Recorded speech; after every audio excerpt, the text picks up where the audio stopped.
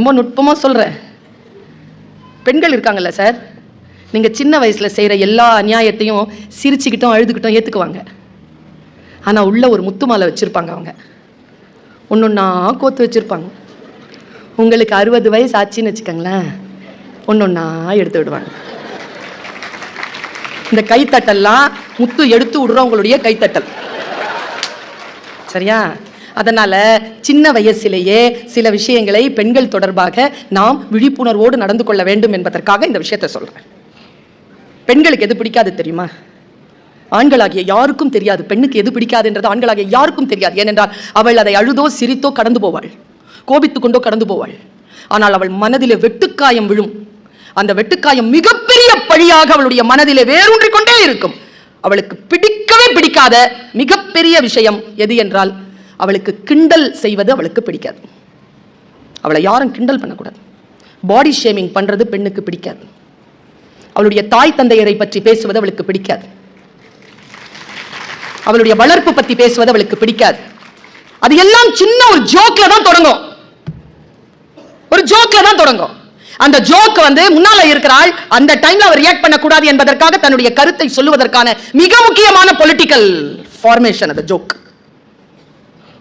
முதலில் இந்த மாதிரியான ஜோக் பெண்கள் பற்றி சொல்லுவதை ஆண்கள் நிறுத்திக் கொள்ள வேண்டும். இது உங்களுடைய வருங்காலத்திற்கு நல்லது. வெளியில் சொன்னால் வெளியில இருக்கிறவங்க பார்த்துப்பாங்க, வீட்டுக்குள்ள சொல்லாதீங்க. உரிய பெண்களை கேலி செய்யாதீர்கள். உணர்வுள்ள பெண்களை எப்படி நடத்துவது என்பதிலே எந்த ஒரு ஆண், எந்த ஒரு சமூகம் சிறப்பாக இருக்கிறதோ அந்த சமூகம் தான் மிகப்பெரிய ஆளுமையான பெண்களை உருவாக்குகிறது. இப்ப நான் இப்படி சொல்றேன், எல்லாருக்கும் படித்த பெண்கள் தானே வேணும். என்ன படித்த பெண்கள் வேண்டும். சரி, உடுக்கடிச்சு படிக்க வச்சிட்டீங்களா? இப்ப நான் பிஹெச்டி வெங்காய பச்சடி தயிர் பச்சடி எல்லாம் படிச்சுட்டேன். இப்ப எனக்கு நீங்க சொல்றதுக்கு முன்னாலேயே நீங்க என்ன சொல்ல வரீங்கிறது புரியுது. என்னை எப்படி நிர்வகிப்பது என்பது நீங்கள் பயிற்சி பெற்றீர்களா? ஏன் நீதிமன்ற வாசலில் குடும்ப கோர்ட்டுகளில் மக்கள் அலைமோத மாட்டார்கள்? ஒரு படித்த பெண்ணை எப்படி அனுமதிப்பது, எப்படி அவளை நிர்வகிப்பது என்பது இந்த காலத்தில் இருக்கக்கூடிய ஆணுக்கும் பெண்ணுக்கும் பயிற்சி அளிப்பது பெரிய விஷயம்.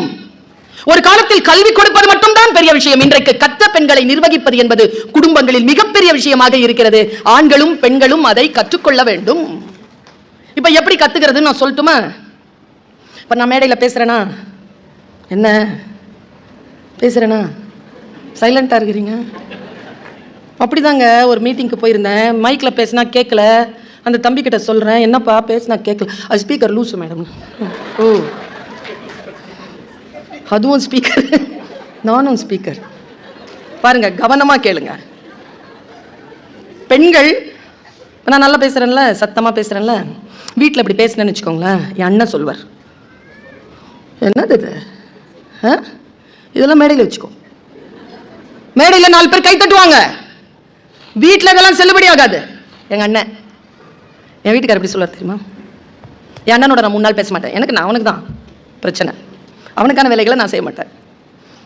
ஆனா எங்க வீட்டில் எப்படி சொல்வார் பாருங்க, நான் ஏதாவது ஒன்று அநியாயமா பேசுறேன்னு தான் வச்சுக்கோங்களேன், சத்தமா பேசுறேன், சுல்தானா மேடையில் எவ்வளோ நல்லா பேசுறீங்க, எவ்வளோ பேர் கை தட்டுறாங்க. அதே மாதிரி வீட்டில் நடந்துக்கலாம்ல. ஏன் இப்படி அநியாயம் பண்றீங்க? வீட்டில் மேடையில் மட்டும் நல்லா பேசுவீங்களா? நான் அடங்குறேன். படித்த பெண்ணுக்கு அங்கீகாரம் கொடுங்கள். அந்த அங்கீகாரம் என்பது ஒரு சுயமரியாதை. அந்த சுயமரியாதையை கொடுக்க நான் எல்லா மீட்டிங்லயும் சொல்றேங்க. ஒரு பெண்ணுக்கு பணம், பதவி, திருமணம், குழந்தை, வாய்ப்புகள், வசதிகள், செல்வாக்கு, பதவி எதுவும் வேணாங்க. எல்லாம் இருந்தும் கூட ஒரு பெண்ணால் கோபமாகவும் சோகமாகவும் இருந்துவிட முடியும். ஏனென்றால் அவளுக்கு எது மறுக்கப்படுகிறது என்றால் சுயமரியாதை. சுயமரியாதை மறுக்கப்படுகின்ற இடத்தில் பெண்களால் சந்தோஷமாக இருக்க முடியாது. அவள் இருப்பிற்கு நீங்கள் கொடுக்கக்கூடிய அந்த முக்கியத்துவம் நான் பெண்களுக்கு சொல்லுகிறேன். ஆண்களுக்கு இவ்வளவு நேரம் நம்ம எடுத்தோமா? இல்ல, என்னன்னா ஆண்கள் உண்மையா சொல்றேங்க, தெரியாதுங்க. வெளியில போய் நல்லா ஜெயிச்சுட்டு வந்துருவாங்க, வீட்டுல சரியா சிக்குவாங்க. நான் ஒரு நாள் சொன்னேன், என் ஆயுதங்களை நீயே முடிவு செய்கிறாய். வார்த்தை புரிஞ்சுதா? உனக்கு எதிராக நான் எந்த ஆயுதம் எடுக்க வேண்டும் என்று நீதான் முடிவு செய்கிறாய். எப்படி எனக்கு இது கண்டுபிடிச்சேன்னா, ஒருத்தர் வீட்டுக்குள்ள நுழையிறார், ராத்திரி 11 மணி. ஐய், கதவை தரடி. அந்த அம்மா கதவை திறந்து, ஐய் அது ஆரம்பிக்கிறதுக்குள்ள ஃபேனை போடுறீ. அந்த அம்மா ஃபேனை போட்டுச்சு. அது ஆரம்பிக்கிறது போய் காப்பி கொண்டு வா. எப்ப காஃபி? அது ஆரம்பிக்கிறதோட ஷூவை கட்டிடினா அந்த அம்மா கோவம் வந்துருச்சு. என்னையா என்ன அது ஆரம்பிக்கிறதுக்கு கதவை தர, ஃபேனை போடு, டீ கொடு, காப்பி கொடு, கால் ஷூ தொலைச்சி அப்படின்னுச்சா. அவரு பயந்துட்டு ஐயோ அது ஆரம்பிச்சிருச்சு. நான் என் ஆயுதங்களை நீயே முடிவு செய்கிறாய். பல நேரங்களில் பெண்கள் சந்தூலன் என்று சொல்வார்கள். சமநிலையை இழப்பதற்கு, இமோஷனலான அந்த விஷயங்களை இழப்பதற்கு பல நேரங்களில் குடும்ப சூழல் காரணமாக இருக்கிறது. பெண்களை, நான் இன்றைக்கு உங்களுக்கு மிக முக்கியமான 2 பெரும் ரகசியங்களை சொல்லிவிட்டு போகிறேன். ஆண்கள் எல்லாம் வெளிநடப்பு செய்கிறார்கள். இந்த பயம் இருந்தா நல்லதுதான். ஆனா எங்க தெரியுமா சோகம்? சில விஷயங்களை கடுமையா சொன்னாலும் கத்துக்கிட்டு போகலாம். ரொம்ப பெரிய உதவியா இருக்கும். உங்களுக்கு இல்லைனாலும் உங்க பையனுக்கு உதவியா இருக்கும். அவனுக்கு சொல்லிக் கொடுக்கலாம். பாருங்க, 2 பெரும் விஷயங்களை, பெரிய விஷயங்களை சொல்லி தருகிறேன். பெண்கள் முக்கியமாக வாழ்க்கையில் நாம் உடல் மற்றும் உள்ள நோய்படாமல் இருக்க வேண்டும் என்றால் நாம் செய்ய வேண்டிய முதல் பணி, நான் இது சொல்லுவது. நான் சொல்லுகின்ற இந்த வார்த்தையில் எத்தனை பேருக்கு உடன்பாடு இருக்கிறது என்று எனக்கு தெரியாது. 20 ஆண்டுகளுக்கு முன்னால் இருந்த எந்த அடிமை சூழலும் இன்றைக்கு இல்லை. நினைத்தால் அந்த அடிமை தலையிலிருந்து வெளியில் வருவதற்கான வாய்ப்புகளை சமூகம் கொடுத்திருக்கிறது. வராமல் இருப்பது அவரவர்களுடைய சாய்ஸ். அடிமை தலையிலிருந்து வெளியில் வருவது என்பது மிகப்பெரிய விஷயம். அதனால் தான் பாரதியின் வார்த்தையை நான் என் நெஞ்சத்திற்குள் அடிக்கடி நான் சொல்லிவிட்டேன். என்று தனியும் இந்த சுதந்திர தாகம், என்று மடியும் என் அடிமையின் மோகம். பெண்களுக்கு அடிமை தலையில் இருக்கின்ற மோகம் இருக்குல்ல, அது முதல்ல கட்டாகணும். ஒரு கம்ஃபர்ட் ஜோன்ல அவங்க இருக்கிறதுல அவங்களுக்கு எப்பவுமே ஒரு சோகம், ஒரு மோகம் இருக்கு. நான் அந்த அடிமை தலையில் இருக்கிறேன் என்பதிலே அவர்களுக்கு ஒரு பெருந்தன்மையும் உண்டு, பெருமையும் உண்டு, சோகமும் உண்டு, துன்பமும் உண்டு. இந்த ஹிப்போக்ரைசில இருந்து அவங்க வெளியில வரணும். வெளியில் வர வேண்டும் என்றால் நான் ஒரு சிறிய விஷயத்தை உங்களுக்கு 2 விஷயத்தை சொல்லிட்டு போறேன். நம்பர் 1, புத்தன் உட்கார்ந்திருக்கான். இது எல்லா பெண்களுக்கும். ஆண்கள் கற்றுக்கொள்ளுங்கள். முக்கியமா பெண்கள், நிறைய கிரவுட், பெரிய கிரவுட் இருக்கு, பெண்கள் கிரவுட். இன்றிலிருந்து என் சகோதர சகோதரிகளை, என் தாய்மார்களே, இந்த சகோதரி சொல்லுகின்ற இந்த குவாலிட்டியை மட்டும் மனசுல வச்சுக்கோங்க. நான் வச்சிட்டு இருக்கேன். என் தகப்பனார் இறப்பதற்கு முன்னால் சொல்லிவிட்டு போன ஒரு செய்தி, எதை நீ பிராக்டிஸ் பண்ணலையோ அதை மேடையில சொல்லாத. நான் இதை பிராக்டிஸ் பண்றேன், அதனால சொல்றேன்.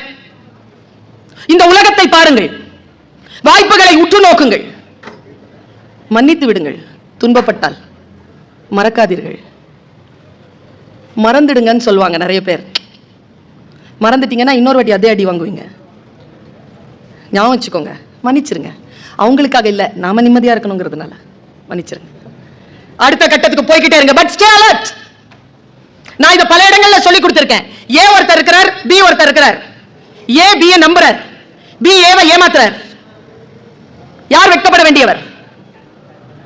வெட்கப்பட வேண்டியவர் யார்? ஏ இருக்கிறார், ஏ பியை நம்புகிறார், பி ஏவை ஏமாற்றுகிறார். வெட்கப்பட வேண்டியவர் யார்? பி. தெரிஞ்சிருச்சு ஏக்கு, பியை விட்டு விலகிட்டார்.